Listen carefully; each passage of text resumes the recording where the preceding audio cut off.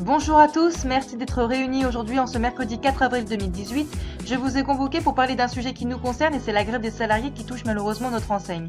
Pour cela, je vous ai préparé un diaporama qui regroupe toutes les informations nécessaires.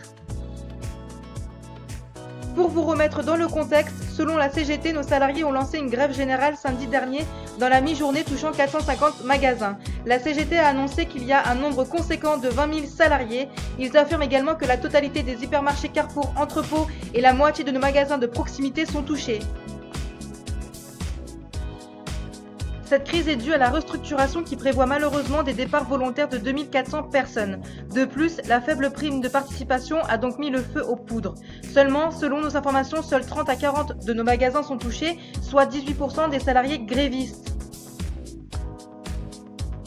Je laisse la parole au secrétaire général.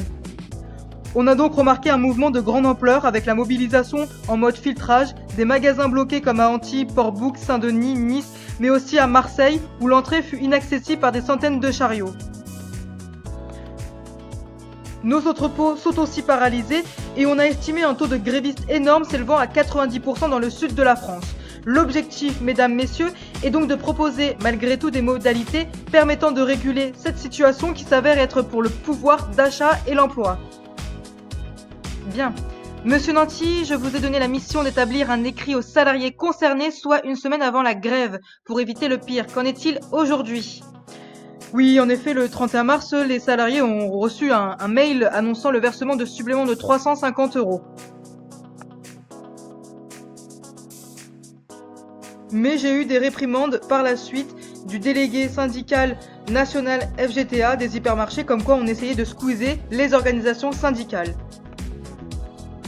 Bien, donc si j'ai bien compris, malgré le versement exceptionnel de participation qui a été acté avant la grève, cela n'a pas désamorcé pour autant cette mobilisation historique, ce qui renforce les syndicats à ne rien céder. Oui, monsieur Nanty. Je rappelle également qu'ils ne céderont pas non plus sur le paiement d'une prime équivalente à celle de l'année dernière s'élevant à 610 €. C'est cela. Je sais aussi qu'à cause de modalités de traitement des négociations et des délais apportés, les syndicats n'ont pas apprécié ce qui a créé par la suite un climat de tension au niveau de la communication. Mademoiselle Glépin, en tant que responsable communication, selon la CGT, le dialogue est rompu. Avez-vous davantage d'informations ? Il est vrai que selon les délégués FO, le dialogue social est porté disparu. Côté syndicat, le mouvement traduit aussi la crispation du dialogue dont tous dénoncent unanimement la dégradation. Pour monsieur Etetman, faisant partie du mouvement CFDT, c'est marche ou crève. Je pense qu'il faut convaincre que nous avons toujours eu un dialogue social permanent et quotidien. Il faut montrer de l'empathie. Malheureusement, nous comprenons que les projets de transformation puissent susciter l'inquiétude chez certains, mais nous souhaitons nous développer et nous pérenniser.